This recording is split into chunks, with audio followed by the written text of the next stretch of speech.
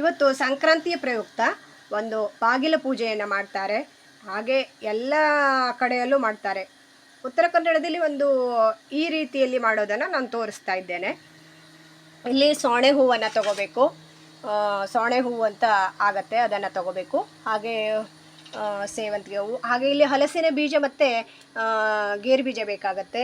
ಆಮೇಲೆ ಸಕ್ಕರೆ ಮತ್ತು ತುಪ್ಪವನ್ನು ನೈವೇದ್ಯ ಮಾಡ್ತೇವೆ. ಈಗ ಮಾಡೋ ವಿಧಾನವನ್ನು ನೋಡೋಣ. ಇದು ಒಂದು ಬಾಗಿಲ ಪೂಜೆಯ ಹಬ್ಬವಾಗಿದೆ. ವರ್ಷದಲ್ಲಿ ಒಂದ್ಸಲ ಸಂಕ್ರಾಂತಿ ಪೂಜೆಯನ್ನು ನಾವು ಬಾಗಿಲ ಪೂಜೆ ಅಂತ ಮಾಡ್ತೇವೆ. ಇದಕ್ಕೆ ಹೊಸ್ತಿಲು ಸಂಕ್ರಾಂತಿ ಅಂತ ಕರೀತಾರೆ. ಇಲ್ಲಿ ಆ ಕಡೆ ಈ ಕಡೆ 2 ತುಪ್ಪದ ದೀಪವನ್ನು ಹಚ್ಕೋಬೇಕು. 2 ಬಾಗಿಲಿಗೂ ತುಪ್ಪದ ದೀಪವನ್ನು ಇಟ್ಕೋಬೇಕು. ಹಾಗೆ ತೋಟದಲ್ಲಿ ಒಂದು ಬೆಚ್ಚನ ಹುಗಿಯುವ ಕ್ರಮ ಇದೆ. ಯಾಕೆಂದರೆ ತೋಟಕ್ಕೆ ನಂಜಾಗಬಾರ್ದು ಅಂತ ಇದೊಂದು ಕ್ರಮ ಇದೆ. ಹಾಗಾಗಿ ಅದನ್ನು ಕೂಡ ಬೆಳಿಗ್ಗೆ ಬೇಗನೆ ನಮ್ಮ ಹೊರಗಿನ ಕೆಲಸದವರು ಅದನ್ನು ಬೆಚ್ಚನ ತಂದು ತೋಟಕ್ಕೆ ಹುಗಿತಾರೆ.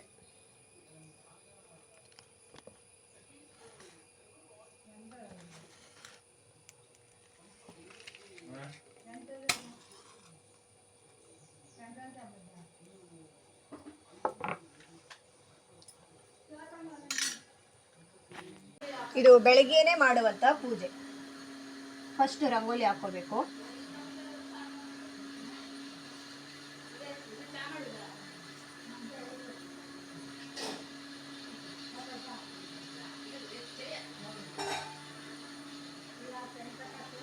ನಮ್ಮ ಉತ್ತರ ಕನ್ನಡದಲ್ಲಿ ಈ ರೀತಿಯ ಪದ್ಧತಿ ಇದೆ. ಈಗ ಅರಿಶಿನ ಕುಂಕುಮವನ್ನು ಹಾಕೋಬೇಕು.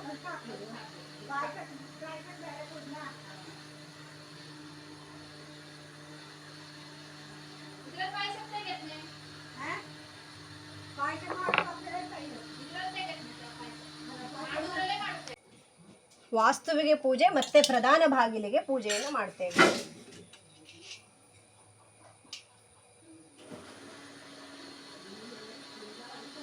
ನಮಸ್ತೆ ಶಾರದಾ ದೇವಿ ಕಾಶ್ಮೀರ ಪುರವಾಸಿನಿ ತ್ವಾಮಹಂ ಪ್ರಾರ್ಥಯೇ ನಿತ್ಯಂ ವಿದ್ಯಾಂ ಬುದ್ಧಿಂ ಚ ದೇಹಿ ಮೇ.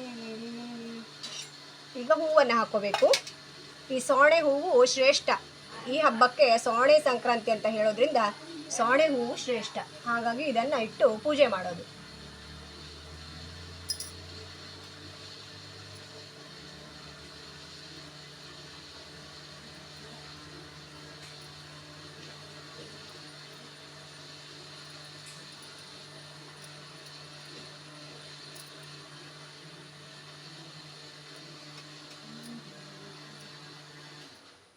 ಹಿಂದಿನವರು ಈ ಪದ್ಧತಿಯನ್ನು ಮಾಡ್ತಾ ಇದ್ದಾರೆ. ಹಾಗಾಗಿ ಈಗ ನಾವು ಕೂಡ ಇದನ್ನು ಮುಂದುವರಿಸ್ಕೊಂಡು ಹೋಗಬೇಕು.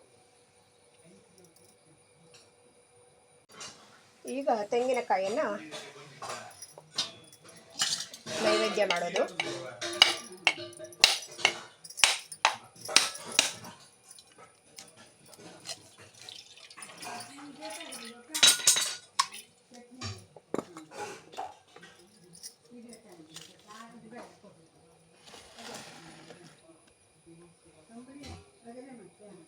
ವಾಸ್ತುವಿಗೆ ಪೂಜೆ ಮಾಡಿ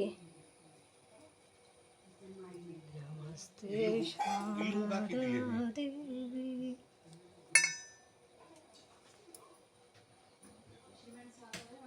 ಇದು ಪ್ರಧಾನ ಬಾಗಿಲು. ಇದಕ್ಕೂ ಕೂಡ ಪೂಜೆ ಮಾಡಬೇಕು. ಇಲ್ಲಿ ಅರಿಶಿನ ಕುಂಕುಮ ಹಾಕೋಬೇಕು.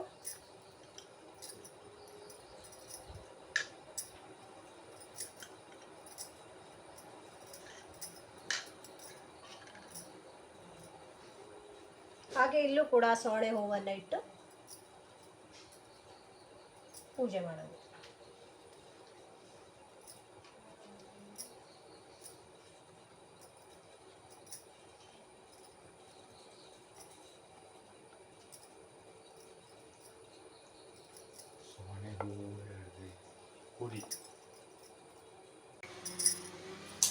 ಈಗ ಇದಕ್ಕೂ ಕೂಡ ಊದ್ಕಡ್ಡಿ ಬೆಳಗಿ ಪೂಜೆ ಮಾಡಿ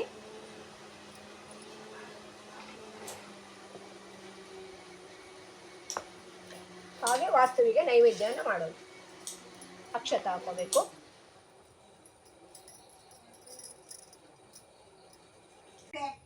ಈಗ ಆರತಿಯನ್ನ ಮಾಡೋಣ.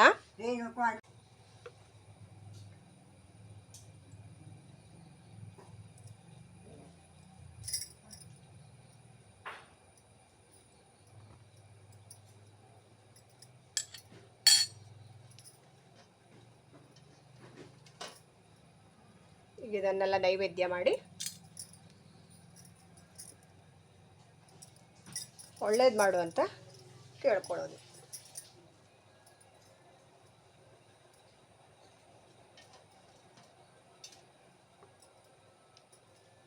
ವಾಸ್ತು ಪುರುಷ ಚೆನ್ನಾಗಿದ್ರೇನೆ ಮನೆ ಚೆನ್ನಾಗಿರುತ್ತೆ ಅಂತ ಹೇಳ್ತಾರೆ.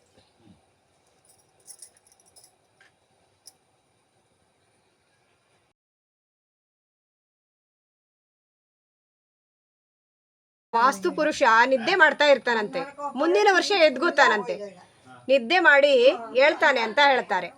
ಅದೊಂದು ವಾಡಿಕೆ ಇದೆ ಅಂತ ಹೇಳ್ತಾರೆ. ಈಗ ಪ್ರಸಾದವನ್ನು ತಗೊಳ್ಳೋಣ. ಪ್ರಸಾದವನ್ನು ತಗೊಳ್ಳೋಣ. ಹಾಗೆ ಮನೆಯವರೆಲ್ಲರೂ ತಗೋತಾರೆ. ನನ್ನ ಈ ವಾಸ್ತು ಪೂಜೆ ವಿಡಿಯೋ ಇಷ್ಟ ಆದರೆ ಲೈಕ್ ಮಾಡಿ, ಶೇರ್ ಮಾಡಿ, ಸಬ್ಸ್ಕ್ರೈಬ್ ಮಾಡಿ. Thank you so much friends. ಮುಂದಿನ ವಿಡಿಯೋದಲ್ಲಿ ಮತ್ತೆ ಸಿಗ್ತೇನೆ. ಬಾಯ್ ಬಾಯ್.